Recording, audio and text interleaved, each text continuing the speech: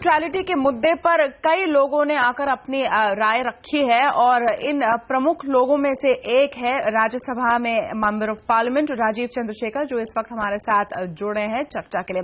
चंद्रशेखर जी, सबसे पहले तो बहुत बहुत शुक्रिया सीएनबीसी आवाज के साथ जुड़ने के लिए। आपने नेट न्यूट्रलिटी का मुद्दा कई दिनों पहले उठाया था, अब तो लगभग हर पॉलिटिकल पार्टी भी इसमें उतर गई है। आपको लगता है कि नेताओं में जागरूकता थोड़ी देर से आई है? देखिए, मुझे तो लगता है कि जागरूकता तो उनमें थे, बट ये जो कंज्यूमर के जो आउटरीच है और ये depth of reaction, I think government और रेगुलेटर ने अंडर एस्टिमेट किया था। और ये जो 8 दिन या 10 दिन में जो एक कंज्यूमर मूवमेंट शुरू हुआ है, इसको मुझे लगता है पॉलिटिशियंस ने अंडर एस्टिमेट किया था। अब आगे क्या एक्शन होनी चाहिए? क्योंकि हमने एक छोटी सी जीत देखी है फ्लिपकार्ट और एयरटेल जीरो डील के साथ, जहां फ्लिपकार्ट खुद प्रेशर में आके पीछे हटने को तैयार है, लेकिन ये बस एक छोटा सा कदम है आपके मुताबिक नेट न्यूट्रलिटी की तरफ? एकदम, ये एक कदम भी नहीं है, ये एक सिग्नल है, एक छोटा सा सिग्नल है।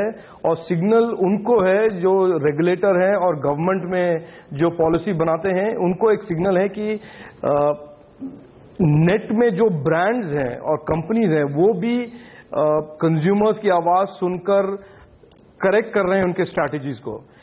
इसका जो एंड गेम है, इसका जो कंक्लूजन तभी निकलेगा जब 24 अप्रैल के बाद जब टीआरआई का रिकमेंडेशन फाइनल होगा। टीआरआई का जो रिकमेंडेशन में वो डॉक्यूमेंट में वो टीआरआई क्या लिखता है और किन किन बातों को रेकमेंड करते हैं गवर्नमेंट को, और गवर्नमेंट का इस पे क्या रिएक्शन होता है और क्या एक्शन लेते हैं गवर्नमेंट, ये है बहुत सबसे बड़ा माइलस्टोन। और ये होगा 24 अप्रैल से मई 15 तक। ये जो विंडो है हमारे, this is the most critical window for the consumers response to be translated into government action. इस पर बिल्कुल हमारी नजर रहेगी। अब इस सारी चर्चा में दो पक्ष हैं साफ तौर पर चंद्रशेखर जी, और जो कंपनियों का पक्ष है, खास करके मोबाइल कंपनियों का, उनका ये कहना है कि नेट न्यूट्रलिटी और जो जीरो प्लान्स है, जीरो टैरिफ प्लान्स हैं, वो अलग चीजें हैं। लोग इसको समझने की कोशिश नहीं कर रहे हैं। दूसरी बात ये वो कह रहे हैं कि अगर सब्सिडाइज कॉस्ट या मुफ्त में लोगों को कुछ एप्स मिलते हैं तो उसमें कंज्यूमर का हित ही है।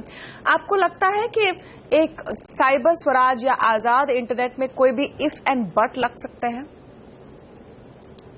नहीं, कोई कंडीशनैलिटी नहीं हो सकती है। और ये जो टेलीकॉम ऑपरेटर्स कह रहे हैं कि हम समझ नहीं पा रहे हैं, ये एक बड़ा सा एक patronising sort of an attitude है। और मेरे हिसाब से फंडामेंटल प्रॉब्लम ये है कि टेलीकॉम ऑपरेटर्स अपने आप को इंटरनेट में बिग ब्रदर के रोल में डेवलप करना चाहते हैं, and that is not acceptable. Consumers of the internet do not require big brothers. Consumers do not require inducement. Consumers should be allowed to make their own free choice, and that is the concept of net neutrality. बिल्कुल।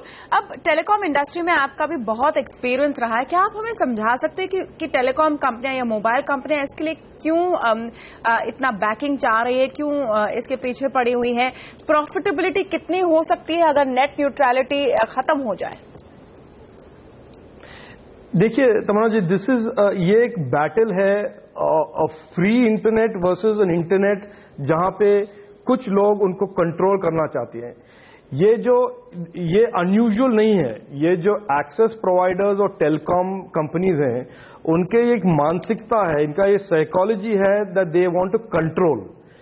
और consumers के psychology है और मानसिकता है कि they do not want control, they want unrestricted, free, undiscriminated access. तो ये एक आइडियोलॉजिकल बैटल भी है और ये एक बिजनेस मॉडल बैटल भी है। Consumers want free internet, free access, and operators want to control कि आप कहां जाए, कौन से वेबसाइट को सर्व करें, कितने दाम दें। तो ये एक सॉर्ट ऑफ कॉन्ट्रडिक्शन है। और ये contradiction can only be resolve when the internet is net neutral. और इस पर कोई दो राय नहीं है, कोई कंडीशनैलिटी अगर मगर नहीं हो सकता। बहुत बहुत शुक्रिया चंद्रशेखर जी हमारे साथ जुड़ने के लिए। Thank you Tamanna ji.